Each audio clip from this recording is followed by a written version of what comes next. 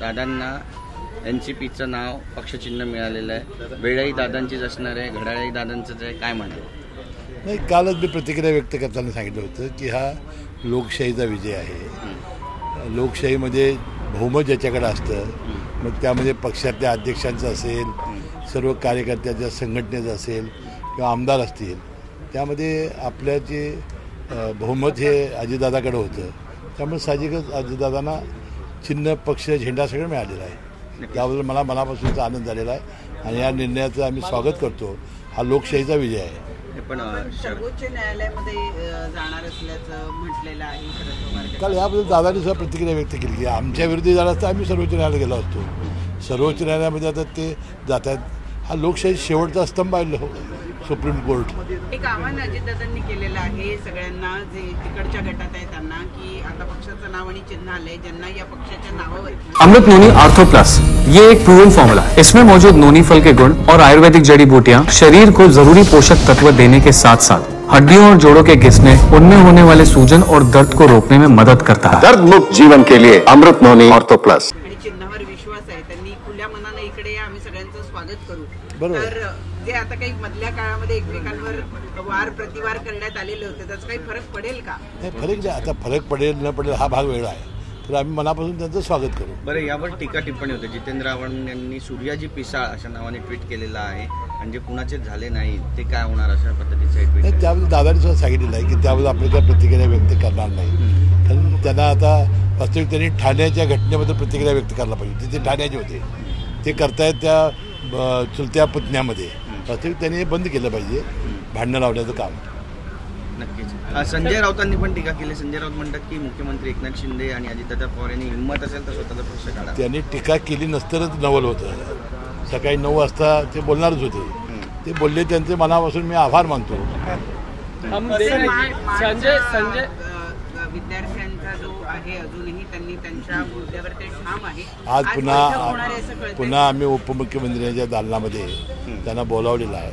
त्यांचे 2 इश्यू आहेत. काल मी बोललो होतो की त्यांचा जे विद्यावेतन आहे ते महिन्याला मिळावं, बाहेरच्या राज्यापेक्षा कमी आपल्या राज्यात आहे त्याची वाढ करावी, आणि दुसरं त्याची हॉस्टेलची जी अडचण आहे त्या 2 गोष्टीमध्ये आज पुन्हा आम्ही बैठक घेणार आहोत आणि मला वाटतं आम्ही समाधान करण्याचा प्रयत्न करू. निघेल.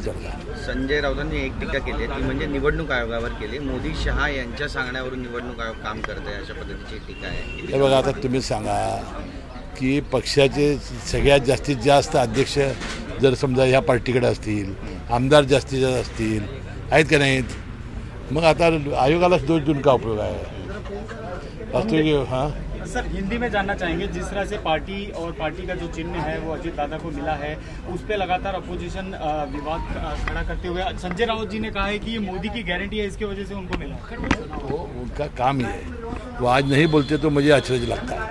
उनका बोलना काम है और मुझे लगता है कि ये लोकशाही का विजय है.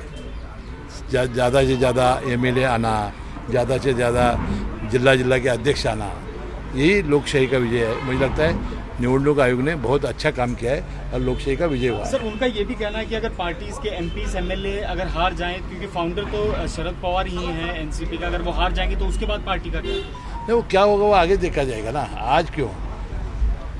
अगर वो ये कह रहे हैं कि आप पार्टी चुराते क्यों, खुद की पार्टी तैयार कीजिए, खुद की पार्टी खड़ी कीजिए. एकनाथ शिंदे और अजित पवार चोर है, उन्होंने चोरी की. और लोकशाही में क्या है, ज़्यादा से ज़्यादा लोग आना, यही मतलब है ना. इसके अलावा अगर सुप्रीम कोर्ट ज्या पद्धतीनं शिंदे गट आणि शिवसेनेची फाटाफूट झाली, त्यावेळी निधी आणि पक्ष कार्यालयासंदर्भात भूमिका घेण्यात आली होती. आता काय भूमिका असणार आहे? कारण की पक्षनिधी आणि पक्षाचं जे मुख्य कार्यालय आहे ते तुमच्याकडे यावं, तुम्हाला असं वाटतं? आता त्याबद्दल आमचे वरिष्ठ नेते बसून ठरवतील आपली स्ट्रॅटेजी काय आहे ते. सुप्रीम कोर्ट में शरद पवार को जा रहा है, वो चैलेंज करने वाला है, और साथ ही नया चिन्ह भी वो लेने की तैयारी में है. लगता है शरद पवार की पॉलिटिक्स को आज आप लोगों ने बहुत करीब से जाना है, उनके साथ आप तैयार हुए हैं. ऐसे में बहुत बड़ी चुनौती आपको आने वाले समय में उनसे मिल सकती है. नहीं, अभी तो निवडणूक आयोग ने बोला है उनको 3 बजे तक के उनको अल्टरनेटिव दिया है, उनको करना ही है. कोई तो उनको सिग्नल लेना है, और जो साइन नहीं लेंगे तो पार्टी कैसा चलेगी? सर, कहीं ना कहीं लगता है सिंपैथी है शरद पवार के साथ अभी भी, जिस तरह से पार्टी वो चुनाव में ही दिखेगा ना, अभी तो कुछ नहीं दिखेगा. आमचा पक्ष आणि चिन्ह शरद पवार असं रोहित पवार म्हणतात. ठीक आहे ना, आमचं चिन्ह आणि पक्ष अजित पवार. बरं सर, त्यांना व्हीप दिला जाणार आहे का? कारण आता सगळी ताकद